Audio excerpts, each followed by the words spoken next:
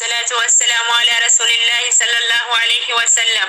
ودوغ مجلسا السلام عليكم ورحمة الله وبركاته. دقها والدقيسسا نمني حوي برنوتا قبو هنداف. ودوغ مجلسا قبني دفني تربا مركز نور يقينكم أرمان دور برتوتا نما حوي برنوتا قبو هندا حال قارين برسيسي بساتورين أمس بفحارة وبرتوتا حارة وسمتي برسيسوف قبي برباچسو هندا قدتي قلمي إساد الكبيجر مرسا سدفاف تناف تران كون إسنين دربنين أفرا كينيا galmaa of ulaagalii armaan gadii kana guutuun dirqama tokkoffaa nama hawwii barnootaa qabu tahuu lammaffaa garee biraatirraa bilisa tahuu sadaffaa seera markaza kabajuu danda'u gosoota barnoota markaza Noorweegiin keessatti barsiifamu keessaa akka armaan gadii kana tokkoffaa huruufa aqiidatu nuuraaniyyaa lammaffaa makaarija huruufa tajwiidaa sadaffaa quraana lafzii tilaawaa afraffaa quraana talqiinaa shanaffaa kitaaba aqiidaa jahaffaa ahkaama tajwiidaati.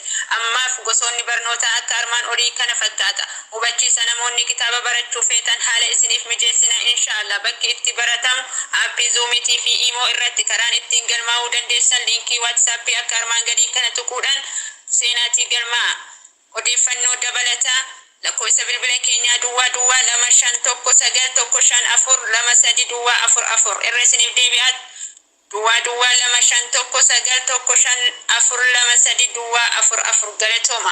Disi body silake kabata yosi gode kabenyi khone khota barida yosi gode es beredin nini khota yohum nan jabatate es jebenyi khone khota خطوبو صدقدو وانغاري تنهجدو ركاتا غمچيسي سيناتي برفدو ركاتا غمچيسي سيناتي برفدو خان أرى تفتقن بورمو سي تفتا أرايو ودبله بورموني أركتا أرايو دلچاهيز بورموني ديبتا ربين دندتي نسا خانيني دكانيسا خان أمو إرايبسا خان أما دكانيسي بورمو إرايبسا